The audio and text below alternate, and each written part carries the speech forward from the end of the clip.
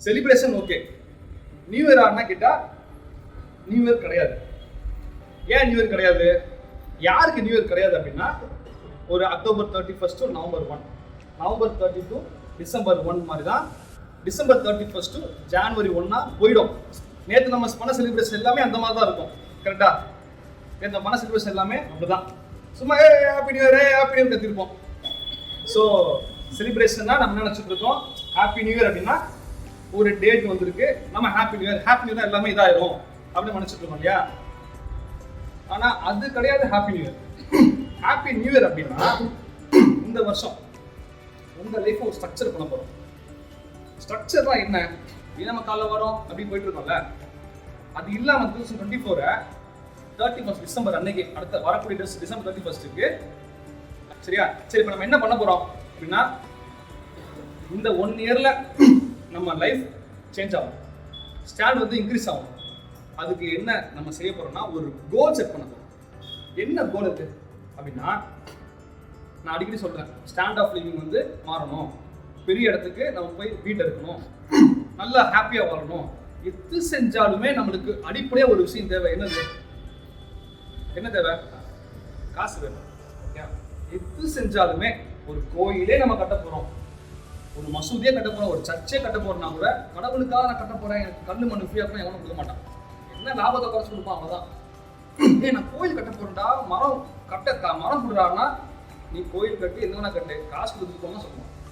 So சாமிக்கே நம்ம ஒரு விஷயம் செய்ய போறோம்னா கூட, சாமிக்கு பூ போட போறோம்னா கூட வெளியே பூக்கார மாட்டோம் போய் நம்ம காசு கொடுத்தா போவாங்க. சும்மா கொடுத்துருமா? ஸோ எதுவுமே ஃப்ரீ கிடையாது இந்த உலகத்துல, காசு வேணும். அப்போ நம்ம ஒரு கோல் செட் பண்ண போறோம். என்ன செட் பண்ண போறோம்னா, அந்த கோல் செட் பண்றதுக்கு முன்னாடி இந்த விஷயம் உங்க மைண்ட்ல வந்து ஒரு நெகட்டிவா இருக்கு எல்லாத்தையுமே, அந்த நெகட்டிவிட்டியை தூக்கினா மட்டும்தான் நீங்க இந்த கோல் செட் பண்ணி நீங்க ரிசல்ட் பார்க்க முடியும். அது என்ன நெகட்டிவிட்டி அப்படின்னா, இப்போ உலகத்துல நிறைய கண்ட்ரிஸ் இருக்கு, இந்தியா, சிங்கப்பூர், துபாய் கண்ட்ரிஸ் இருக்கா. ஒவ்வொரு கண்ட்ரியுமே எங்களுடைய பொருளாதாரம் இவ்வளோ அப்படின்னு சொல்லிட்டு நிர்ணயிச்சிட்டாங்க. இப்போ இந்தியாவில் வந்து ஒரு 100 லட்சம் கோடி, சும்மா உட்காந்து சொல்றேன், 100 லட்சம் கோடி, அமெரிக்காவில் ஒரு 1000 லட்சம் கோடி அப்படின்னு சொல்லிட்டு ஒவ்வொரு கண்ட்ரியுமே ஒரு பொருளாதாரத்தை நிர்ணயிச்சிட்டாங்க. எங்க பொருளாதாரம் இவ்வளவுதான். அதான் இந்த ஜிடிபி, இந்த டோட்டல் வேல்யூலாம் சொல்லுவாங்க ஒவ்வொரு கண்ட்ரிலையுமே. இது போன ஒரு 4 வருஷம் முன்னாடி வரைக்கும் சைனால அதிகமா இருந்துச்சு, ஏன்னா நிறைய உற்பத்தி பண்ணி கொடுத்துட்டு இருந்தான். இப்போ சைனால கம்மியாயிட்டே வருது, ஏன்னா அதோடைய மேனுஃபேக்சரிங் எல்லாமே கொஞ்சம் இந்தியாவுக்கு வருது, கொஞ்சம் வியட்நாம் போகுது, மாறி மாறி போயிட்டு இருக்கு அவன் இந்த கோவிடுக்கு அப்புறம். ஸோ இந்த பொருளாதாரம் வந்து ஃபிக்ஸடு, உலகத்துல வந்து இந்த பொருளாதாரம் ஃபிக்ஸ் பண்ணிட்டாங்க இவ்வளவுதான் அப்படின்னு சொல்லிட்டு. இதுக்கு மேல இப்போ இந்தியா நினைச்சா நிறைய பேர் கஷ்டப்படுறாங்க. ஓகே, இப்போ ஒரு 1 லட்சம் குடிசை வீடு இருக்கு, அவங்களுக்கு எல்லாருக்கும் கவர்மெண்ட் என்ன பண்ணலாம், மிஷின்ல நோட்டு பிரிண்ட் பண்ணி, இதாப்பா 1 லட்சம் வச்சு வீடு கட்டி சொல்லலாம்ல. ஏன் சொல்ல மாட்டாங்க? அப்படி சொல்ல முடியாது. அப்படி பண்ணிட்டா 100 ரூபாய் என்ன ஆயிரும், 1 ரூபாய் ஆயிடும், வேல்யூ ரொம்ப குறைஞ்சு போயிடும். அப்படி பண்ண மாட்டாங்க. ஸோ ஃபிக்ஸ் பண்ணிடுவாங்க, எங்க கண்ட்ரியோடைய பொருளாதாரம் இவ்வளவுதான் அப்படின்னு சொல்லிட்டு. இதுக்கு மேல போகவே போகாது. ஒட்டுமொத்த கஜானா இன்னைக்கு உலகத்துல வந்து ஒரு 2000 லட்சம் கோடி உதான் சொல்றேன். இந்த 2000 லட்சம் கோடி 1 ரூபாய் கூட ஆகாது, 2000 லட்சம் கோடி தான். இப்ப என்ன விஷயம் தெரியுமா? இந்த 2000 லட்சம் கோடியை யார் அதிகமா எடுக்கிறாங்கன்றதான் போட்டியே இன்னைக்கு உலகத்துல. இந்தியா அதிகமா எடுக்குதா, சிங்கப்பூர் எடுக்குதா, துபாய் எடுக்குதா? இப்ப சிங்கப்பூர், துபாய் நிறைய போயிட்டு இருக்கு. அதான் ஒவ்வொரு கண்ட்ரியுமே என்ன பண்றாங்கன்னா போட்டி போடுறாங்க. நாங்க இது பண்றோம், அது பண்றோம், எங்க கண்ட்ரிக்கு வந்து நீ மேனுஃபேக்சரிங் பண்ணு. ஆப்பிள் கம்பெனி அவன் கூப்பிடுறான். இப்போ டாடா கம்பெனி டைப் பண்ணி இப்போ ஆப்பிள் மேனுஃபேக்சரிங் பண்ண போறாங்க தமிழ்நாடு ஹோசூர்ல. ஸோ இது மாதிரி ஒவ்வொரு கண்ட்ரிலையும் பண்ணும்பொழுது ஒவ்வொரு நாடும் இந்த 2000 லட்சம் கோடியை பிரிச்சுக்கிறதுக்கு சண்டை போடுறாங்க. ஓகே, சண்டை போட்டு இருக்கிறாங்க. நான் அதிகமாக எடுக்கிறேன், அதிகமாக எடுக்கிறேன், எக்ஸ்ட்ரா பிரிண்ட் பண்ண முடியாது பணத்தை, இவ்வளவுதான் பொருளாதாரம், இதை யார் அதிகமாக எடுக்கிறோம் அப்படின்றது தான். ஸோ அதுக்கு கவர்மெண்ட்டே நிறைய வேலை பார்க்குறாங்க ஒவ்வொரு கண்ட்ரிலையும். அதே மாதிரி தான் நம்மளுக்கு தனிப்பட்ட நபர் நம்மளும் என்ன பண்றோம்னா, இந்தியாவில் ஒரு 1000 கோடி இருக்குன்னா இந்த 1000 கோடி நம்ம எப்படி பங்கிட்டுக்கிறோம்? நான் எவ்வளவு எடுக்கிறேன், இம்ரான் எவ்வளவு எடுக்கிறான், ரஃபிக் எவ்வளவு எடுக்கிறான், நம்மளுக்குள்ள போட்டி அதுதான். இப்போ நான் எடுத்தா அங்கே கம்மியாகும், இம்ரான் எடுத்தானா இந்த கம்மியாகும், எங்கேயோ யாருக்கோ பாதிப்பு வரும். அப்போ நம்ம என்ன பண்ணா, நம்ம திறமசாலியா நம்ம எவ்வளவு எடுக்கிறோம் அதான் போட்டி. சரிண்ணா, இந்த போட்டி நல்லா இல்லையே, இது காசுக்கு போட்டி போடுறது நல்லா இல்லையா அப்படின்னு உங்களுக்கு தோணுதா? டவுட் வருதா? நான் எடுத்தா அவனுக்கு பாதிப்பு வருமா தோணுதா? ரைட்டா வருமா இல்லையா? வரணும். என்ன காசுக்கு போய் நம்ம ஏன் போட்டி போடணும் அப்படின்னு சொல்லிட்டு. இப்போ நான் ஏற்கனவே சொன்ன உதாரணம், ஒரு 500 ரூபாய் கீழே கிடக்குது, நான் போறேன், சரி நமக்கு நம்ம காசு இல்லை, நம்ம எதுக்கு எடுக்கணும்? நான் ரொம்ப நல்லவன், ரொம்ப நல்லவன், நீ ஏன் காசு இல்லையே, நான் இந்த காசு எடுக்கணும்? யாரு காசும் இருக்கு வேணாம், நான் விட்டு போயிடுறேன். இப்போ போய் ஒரு கஞ்சா பாட்டு வரான், அவன் என்ன பண்றான்? அந்த 500 ரூபா எடுத்துருவான். எடுத்துட்டானா எடுத்து என்ன பண்ணுவான்? நேராக போய் 500 ரூபா கஞ்சா வாங்குவான். கஞ்சா வாங்கி சாப்பிட்டுட்டு அவனும் வீணா போய் அவனோட குடும்பத்தையும் வீணாக்கி அவன் ஃப்ரெண்ட்ஸையும் வீணாக்கி அந்த கஞ்சா வித்தான்ல அவன் கஞ்சா 500 ரூபா என்ன பண்ணுவான்? ஹோல்சேல்கிட்ட போய் வாங்குவான். இப்படியே அந்த 500 ரூபா என்ன ஆகும்? ரொட்டேஷன் ஆகி கெட்ட விஷயத்துக்கு பயன்பட்டே இருக்கும். என்ன நான் எடுத்துருந்தா என்ன இருக்கும்? நான் ஒரு 100 ரூபா சாப்பிட்டுருப்பேன், என் ஃபேமிலிக்கு 100 ரூபா வாங்கி கொடுத்துருப்பேன், 100 ரூபா பேங்க்ல போட்டிருப்பேன், சேவிங்ஸ்ல போட்டிருப்பேன், மியூச்சுவல் ஃபண்ட்ல போட்டிருப்பேன், ஏதோ தர்மம் பண்ணியிருப்பேன். தர்மம் பண்ணலன்னா கூட பரவாயில்ல, கெட்ட விஷயத்துக்கு பயன்பட்டு இருக்காதுல்ல. அப்போ நான் இங்க அந்த 500 ரூபா எடுக்காத என்ன ஆயிடுச்சு? ஒரு கெட்டவன் கையில போய் காசு மாட்டிக்கிச்சு. இப்போ நம்ம எல்லாம் ஒரு வீடு எடுக்க போறோம்னா இந்த 500 ரூபாய் நான் விட மாட்டேன், இந்த காசை நான் விட மாட்டேன், இந்த காசை இனிமேல் நிறைய நான் சம்பாதிக்க போறேன் அப்படின்னு சொல்லிட்டு நம்ம ஒரு முடிவு எடுக்க போறோம். ஓகே, இதுதான் இந்த வருஷம் கோலாவே நீங்க எல்லாம் செட் பண்ண போறீங்க, நானும் செட் பண்ணி போயிட்டு இருக்கேன். நம்ம எல்லாம் செட் பண்றோம். சரி, செட் பண்ணா என்ன பண்ணணும்? ஒரு நெகட்டிவிட்டி நமக்குள்ள இருக்கு. என்ன நெகட்டிவ் இருக்குன்னா, இப்போ நான் சொன்னேன்ல, அது நம்ம காசு இல்லையே, நம்ம ஏன் காசுப்படணும்? யாரோ ஒருத்தன் காசு போய் நம்ம பேக்ல ஊத்திக்க கூடாது. அந்த கீழே கிடந்த காசு என்ன சொல்ல வரோம்னா, உலகத்தில் இருக்கக்கூடிய ரிசோர்ஸ், ஒரு வளம். அந்த வளத்தை நம்ம எவ்வளவு முடியுமோ நம்ம எடுக்கணும். நல்ல முறையில் உழைச்சி கஷ்டப்பட்டு நம்ம அந்த வளத்தை எடுக்கணும். அதுக்கு என்ன நெகட்டிவிட்டி நம்மளுக்கு இருக்குன்னா, காசுனா கெட்டது, இது ஒரு நெகட்டிவிட்டி. காசு நம்மளுக்கு வந்தா நான் நானா இருக்க மாட்டேன், காசு வந்துட்டா திமிரு வந்துடும், காசு சம்பாதிச்சிட்டா தூக்கம் இருக்காது, இது எல்லாம் நெகட்டிவிட்டி. இந்த நெகட்டிவிட்டி நம்ம தூக்கி போட்டா மட்டும்தான் பணக்காரனா மோசமானவன். பணக்காரன் மோசமானவன் கிடையாது. ஓகே, நம்மளை அப்படி வளர்த்துட்டாங்க, இல்ல தப்பு தப்பா சொல்லி வளர்த்துட்டாங்க. காசு நம்ம எவ்வளவு ஒருத்தர் நிறைய வச்சிருக்கானோ அவ்வளோ வேல்யூ கொடுத்துருக்கோம்.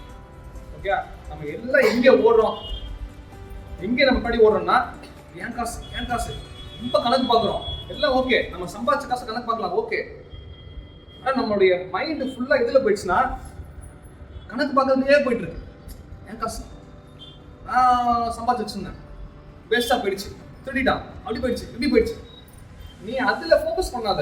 நீ எதுல ஃபோக்கஸ் பண்ணணும்னா, நிறைய வரும்னு ஃபோக்கஸ் பண்ணு, நிறைய எடுக்கணும்னு ஃபோக்கஸ் பண்ணு.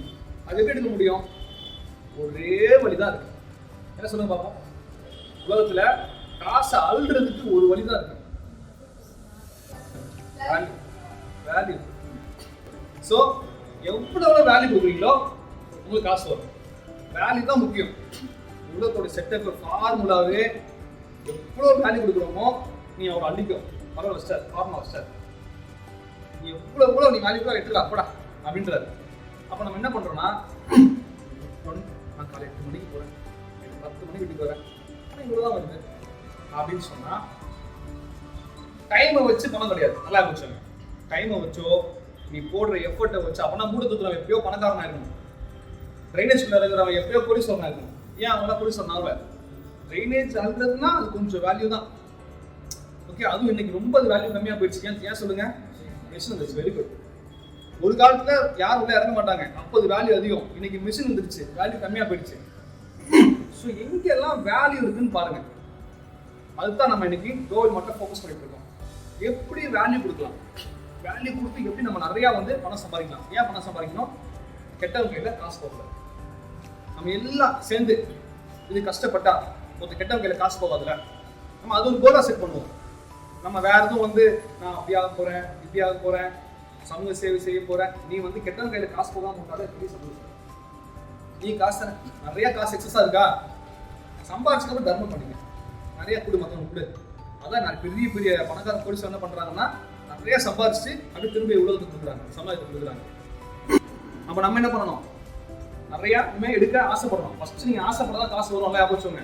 காசு நீங்க வெறுப்பு காட்டுறீங்களோ, நீங்க நினைச்சிட்டு இருக்கீங்க, என்ன எனக்கு காசு எனக்கு வெறுப்பு இல்லையே, அப்பயே பணக்காரன் திட்டுற, அப்பயே கார்ல ஒருத்தன் போனா அவனை திட்டுற, அவன் பாட்டுக்கு ஏதாவது போயிருப்பான், காசு திமிரு பார்த்தியா எப்படி பாரு, நக்கா கால் மேல கால் போட்டு அவன் காலம் போடுவான், நீ வேணா கால் போட்டு. அப்படியே பணக்காரங்களை பார்த்தா அந்த பணம் மேல ஒரு கெட்ட அபிப்பிராயம், காசு வராது. கடவுள் என்ன பண்ணுவாருன்னா, இவனுக்கு காசு வேணாம் போல, தடுத்துரு, அப்போ அந்த நெகட்டிவிட்டியை ஃபர்ஸ்ட் தூக்கி வெளியே வச்சிடணும். ரெண்டாவது வேல்யூ கொடுக்கணும். இப்போ நான் 13,000 சேலரி வாங்குறேன் அப்படின்னா நீ என்ன பண்றேன்னு பாரு. ஏன் வந்து உனக்கு ஒரு 15 கூட வரமாட்டேங்குது, ஏன் ஒரு 18 வரமாட்டேங்குது, அப்ப என்ன பண்ணணும் அப்படின்றத யோசிக்கணும். யாரும் வேல்யூ கொடுக்கணும், அதிகமாக கொடுக்கணும். என்ன பண்ணலாம், எப்படி இன்க்ரீஸ் பண்ணலாம், கம்பெனியோட வேல்யூ இன்க்ரீஸ் பண்ணலாம்.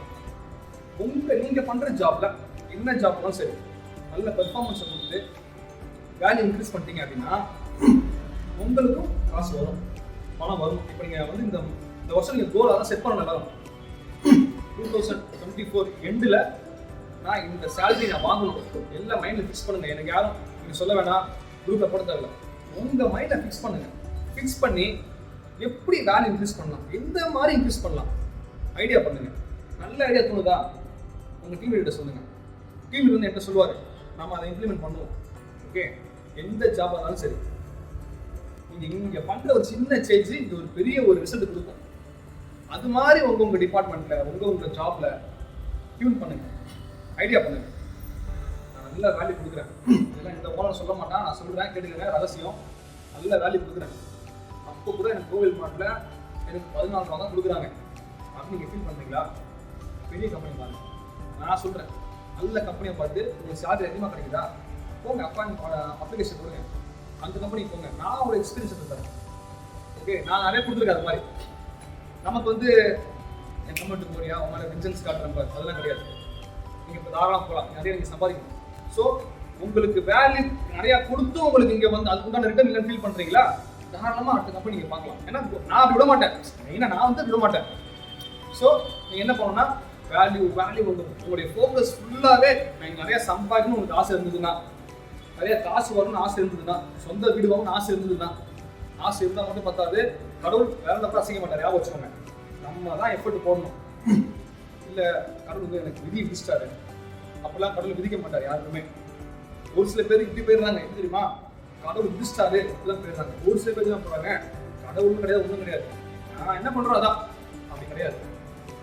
நம்ம கிராஃப் போட்டுருக்கோம் பார்த்துருக்கீங்களா மேக்ஸ்ல, எப்படி சொல்லுங்க, X axis Y axis. Okay, இது வந்து ஒய் ஆக்சிஸ், ஸோ இது வந்து ஒய் ஆக்சிஸ். ஸோ இது X axis Y axis. Okay, நம்ம லைஃப் எப்படின்னா நம்ம தான் வந்து எக்ஸ் ஆக்சிஸ், நம்ம ஒரு ஸ்டெப் எடுத்து வைக்கணும். ஓகே, இது எக்ஸ் ஆக்சிஸ். ஒய் ஆக்சிஸ் வந்து கடவுளுடைய பிளான், நல்லா வச்சுக்கோங்க. எக்ஸ் ஆக்சிஸ் வந்து நம்ம வைக்கிற ஸ்டெப்பு, மேலே இருக்க கோடு வந்து கடவுளுடைய பிளான். நீ ஃப்ரண்ட்ல வச்சுன்னா ஒரு ஸ்டெப் மேலே கூட்டி போவார், அங்கே ஒரு ஸ்டெப் வச்சோன்னா ஒரு ஸ்டெப் கூட்டி போவார். இப்படியே நம்ம ஒரு ஸ்டெப் வைக்கணும், அவர் கூட்டி போவார், நம்ம ஒரு வைக்கணும், அவர் கூட்டி போவார். ஓகே, நீங்க எப்படி எஃபர்ட் போடுறீங்களோ உங்களை ஒரு பார்த்துக்கிட்டே இருப்பார் உள்ளுக்குள்ள. நீங்க நினைச்சிட்டு இருக்கீங்க யாரும் பார்க்கல அப்படின்னு சொல்லிட்டு. சோ என்ன நினைச்சு கூடாதுன்னா, யாரும் பார்க்க நினைச்சு கூடாது, ஒருத்தர் பார்த்துக்கிட்டே இருக்காரு. அவர் என்ன பண்ணுவாருன்னா, நீ ஒரு ஸ்டெப் எடுத்து வச்சுன்னா அவனை மேலே கொண்டு போவார், நீ ஒரு ஸ்டெப் பேக் எடுத்து வச்சுன்னா சரணுக்கு கொண்டு போவார். நீங்க கண் கூட பார்க்கலாம், உங்க கூட இருக்கவங்களை பார்க்கலாம், சொந்தக்காரங்களை பார்க்கலாம்.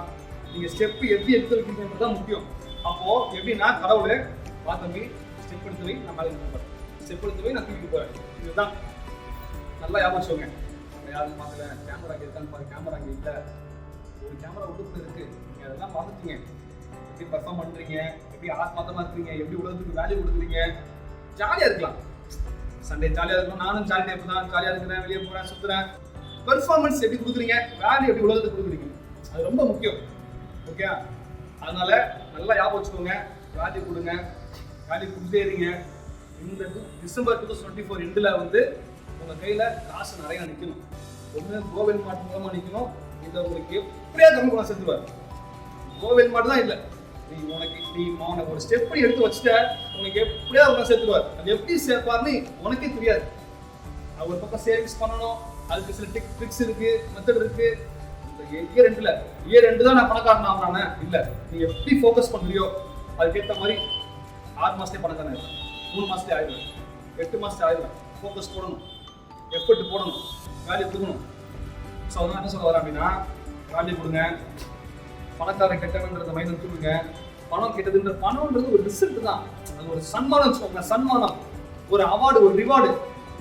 நான் அப்படிதான் பார்ப்பேன். இப்போ ஒரு பணக்காரருடைய பையன் வந்து பாத்தீங்கன்னா அவன் காலி போயிடுவான் காசெல்லாம். அவங்களுக்கு வேல்யூ பற்றி தெரியாது, எதுவுமே தெரியாது. இப்போ செகண்ட் ஜென்ரேஷன், தேர்ட் ஜென்ரேஷன் நிறைய பேர் வந்து அவங்க அப்பா பெரிய பொலிஷனாக இருப்பாரு, அவன் பையன் பேரன் காலி பண்ணிட்டு போயிடுவான், அவனுக்கு அது தெரியாது. ஆனால் அவங்க அப்பா என்ன பண்ணுவாருன்னா, தாத்தா அப்பாவோ நல்ல வேல்யூ கொடுத்து காசு எடுத்து வச்சிருப்பாரு. அதுக்கப்புறம் நீ கச்சத்தனம் பண்ணிக்க, என்ன வேணா பண்ணிக்க, காசு தர்மம் கூட கொடுக்காத, நீ இப்படியே வச்சு கட்டி அழுவு, அதெல்லாம் அடுத்தது. ஃபர்ஸ்ட் உனக்கு காசு நீ வேணும் சேர்க்கணும்னா நீ பண்ண வேண்டியது, சத்தமா சொல்ல வரும், வேல்யூ கொடுத்தானே வரும், காசு வரும், மணி. நீங்களே பாத்துக்கங்க, யார் நல்ல சேலரி வாங்குறா, யார் இன்சென்டிவ் வாங்குறா, ஏன் வாங்குறாங்க. டீம் நான் தெளிவா சொல்லிட்டேன், எக்காரணத்தை கொண்டும் பசங்க மத்தியில பாலிடிக்ஸ் பண்ணக்கூடாது, நல்ல வேல்யூ கொடுங்க.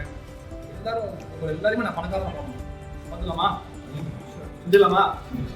சேவிங்ஸ் நிறைய சேவிங்ஸ் பண்ணுங்க. சேவிங்ஸ் பண்ற அமௌண்ட்டை தூக்கி பேங்க்ல வச்சா வளராது, பீரோல வச்சா வளராது. என்ன பண்ணும், செலவா. ஒரு பால் பாக்கெட் எவ்வளோ, ஒரு 1000 ரூபாய் சேவ் பண்றீங்க, சரி மாசம் 100 ரூபாய் சேவ் பண்றீங்க, 12 மாசம் ஆச்சு 1200 ரூபா வச்சிங்க. ஓகே, டிசம்பர் மாசம் உங்க கையில 1200 ரூபா இருக்கு. உங்க வீட்டு என்ன சொல்றாங்கன்னா, நாளைக்கு ஃபங்க்ஷன் வருது, ஒரு 20 பால் பாக்கெட் வாங்கிட்டு வான்னு சொல்றாங்க. ஓகே, 20 பால் பாக்கெட் வாங்கிட்டு வான்னு சொல்றாங்க. இல்ல உங்க கையில எவ்வளவு காசு கேக்குறாங்க, 1600 ரூபா இருக்கு நீங்க சொல்றீங்க, 1600 ரூபா பால் பாக்கெட் வாங்கிட்டு சொல்றாங்க. ஒரு பால் பாக்கெட் 50 ரூபா வச்சுக்கோம், உதாரணத்துக்கு ஒரு பால் 50 ரூபா. எத்தனை பால் பாக்கெட் வாங்க முடியும், 24 பால் பாக்கெட் வாங்க முடியும். போன ஒரு வருஷம் நீங்க சேர்த்தீங்க, இன்னைக்கு வாங்க முடியும், சரியா. இப்ப அம்மா என்ன பண்றாங்கன்னா, பால் பாக்கெட் வாங்க சொல்லல, அப்படியே 1600 ரூபா தூக்கி பீரோல வச்சிட்டீங்க. 2025 ஜனவரி மாசம் அம்மா என்ன சொல்றாங்கன்னா, அந்த காசுக்கு பால் பாக்கெட் வா அப்படின்றாங்க. இப்போ பால் பாக்கெட் விலை வந்து 70 ரூபா. இப்ப எத்தனை பாக்கெட் வாங்க முடியும், 20 எனக்கு தெரியல, 20 18. அதே 1600, அதே பால் பாக்கெட்டு ஏன் கம்மியாயிடுச்சு,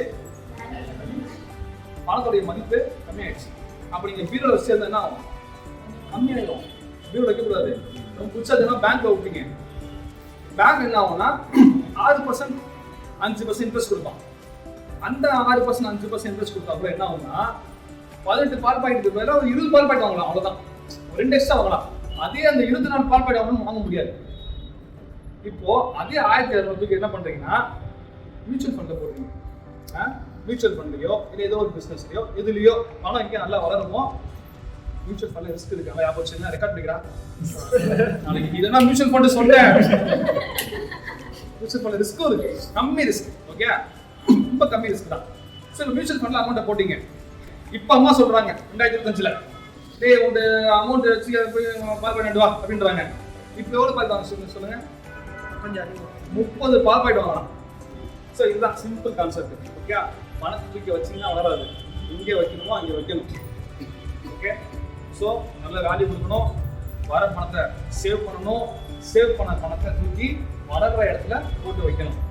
இது எல்லாம் நம்ம பண்றது இல்லை, எல்லாம் பணக்காரன் பண்ணிட்டு போயிட்டு இருக்கான், அசால்ட்டா பண்ணுவான், அவன் எல்லாம் வெளியே சொல்லவே மாட்டான்.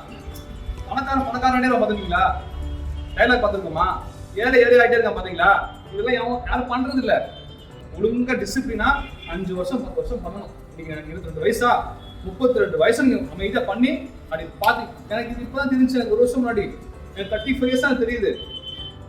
அவ்வளோ வருத்தப்பட்டேன், 13-14 வருஷம் பிசினஸ் பண்றோமே, ஏன் நம்ம பண்ண மாட்டோம். பிசினஸ் பெருசாயிடுச்சு, ஓகே, தேங்க்ஸ் டு ஆல்மைட்டி, அது எந்ததும் இல்லை. தனியா ஒரு அப்படி ஒதுக்கி அப்படி வைக்க முடியல, நான் வைக்கல. நான் அப்போ எனக்கு இதெல்லாம் புக்ஸ் படிச்சு நிறைய பேர் சர்ச் பண்ணாங்க, ஏன் பணக்காரன் ஆகிறான், ஏன் வந்து இதே ஏழை வந்து ஏன் அடுத்த ஸ்டெப்புக்கு போக முடியல அப்படி நான் சர்ச் பண்ண ஆரம்பிச்சேன், நிறைய அதை தெரிஞ்சுக்க ஆரம்பிச்சேன். அப்போ அதில் கிடைச்ச இன்புட் தான் ஒரு 2 புக்கு நான் படித்தேன். ஸோ அதெல்லாம் நீங்கள் வாங்கி படிங்க, இன்ட்ரெஸ்ட் இருந்துக்குன்னா ஆன்லைனில் படிக்கலாம், அது யூடியூப், அதுக்கு கூப்பு எஃப்எம்ல போட்டு அந்த புக்கோடைய சம்மரி கொடுத்துருப்பாங்க, அதெல்லாம் கேட்கலாம்.